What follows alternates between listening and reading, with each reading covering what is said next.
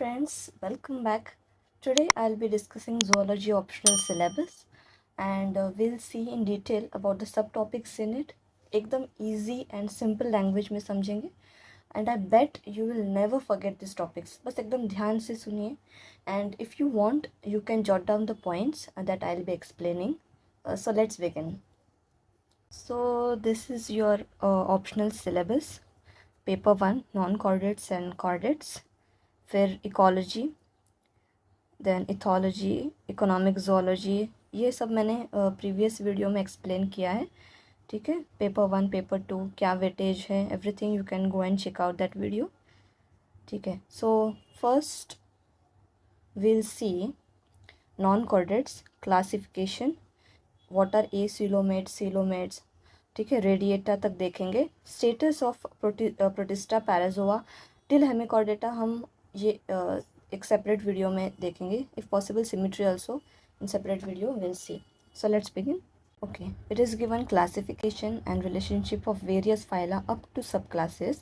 So you have to classify every phylum up to subclass. Okay, next is acoelomate, coelomate, what are protostomes, deuterostomes, bilateria and radiata. So एक एक करके हम देखते हैं.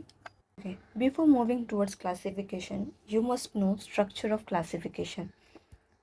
ठीक है, it depends on 7 factors. First is number of primary germ layers in embryo, that is whether the organism is diploblastic or triploblastic.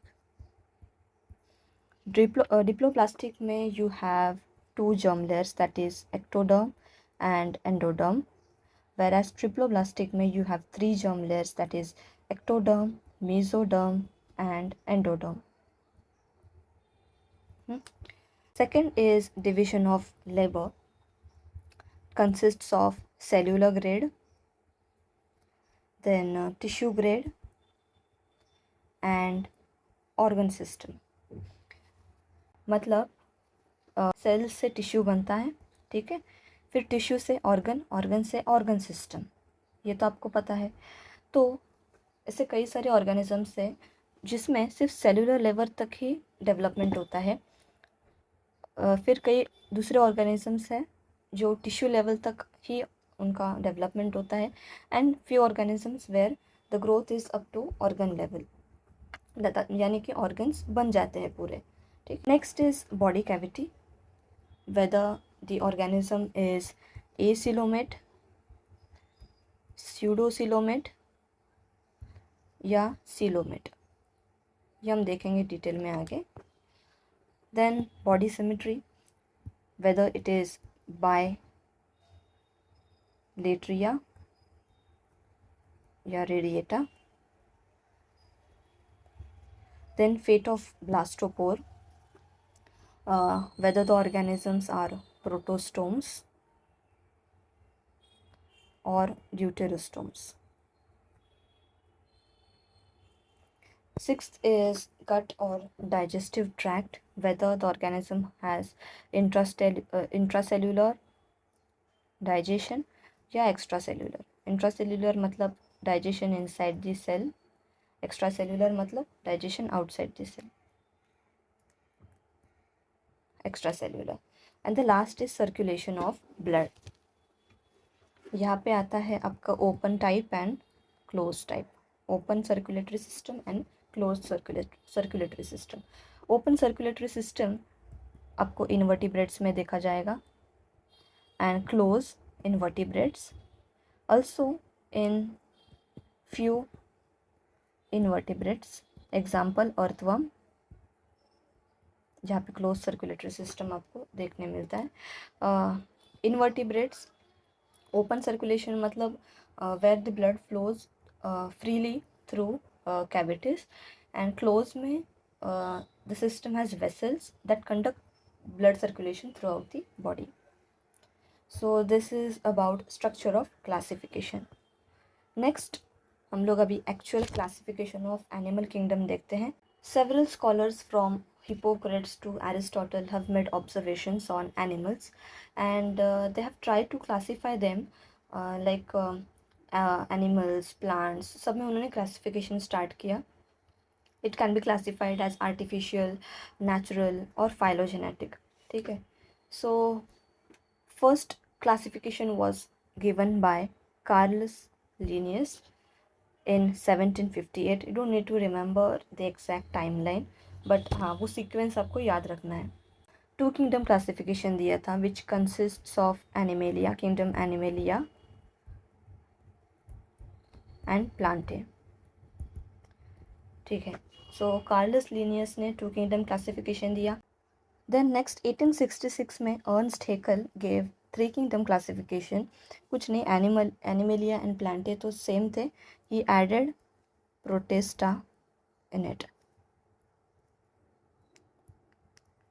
Protista, then Animalia and Plantae. Next 1931 में Ruska gave classified the organisms into prokaryotes and eukaryotes using electron microscope. Prokaryotes में not well defined nucleus, you all know that, and eukaryotes में well defined nucleus. Well defined nucleus. ठीक है. So you observed nucleus by electron microscope, using electron microscope. So he was able to classify organisms into prokaryotes and eukaryotes. So उसके बाद Copeland gave four kingdom classification. So you can see पहले Carolus Linnaeus ने two kingdom classification दिया, फिर Ernst Haeckel ने three kingdom दिया. He added Protista in it. Then Ruska, using electron microscope, classified it into prokaryotes and eukaryotes. Then Copeland, he gave four kingdom classification. उसमें he gave, ठीक है, यहाँ पे Protista, Animalia and Plantae remains same as Ernst Haeckel gave, and he added one more, that is Monera. ठीक है. He added one more kingdom, Monera. So Copeland का fourth kingdom classification consists of Monera, Protista, Animalia and Plantae. Then comes Whitaker's classification, that is five kingdom classification. So फिर से यहाँ पे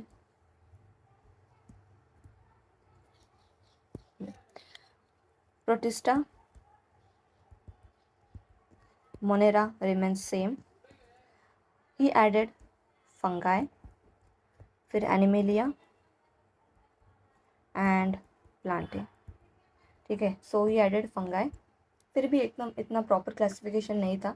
and finally Carl Woese, he gave three domain classification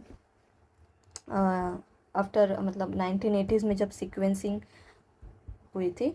so he properly classified the organisms into Archaea, Eubacteria and Eukarya. ठीक है. So this is about classification. First, Carolus Linnaeus gave two kingdom classification. Ernst Haeckel three kingdom. Ruska, he classified organisms into prokaryotes and eukaryotes. Then Copeland, he gave four kingdom classification: Monera, Protista, Animalia and Plantae. And then comes Whitaker's classification, five kingdom classification. He classified organisms into five kingdoms. Sub same था as Copeland, just added fungi. And finally comes Carl Woese. He gave three domain classification. It was based on phylogeny, or you can say phylogenetic classification. He classified organisms into archaea, eubacteria and eukarya. So that's it about classification of animal kingdom. I hope you found this video helpful. For more such videos, to subscribe to our channel. See you in the next video.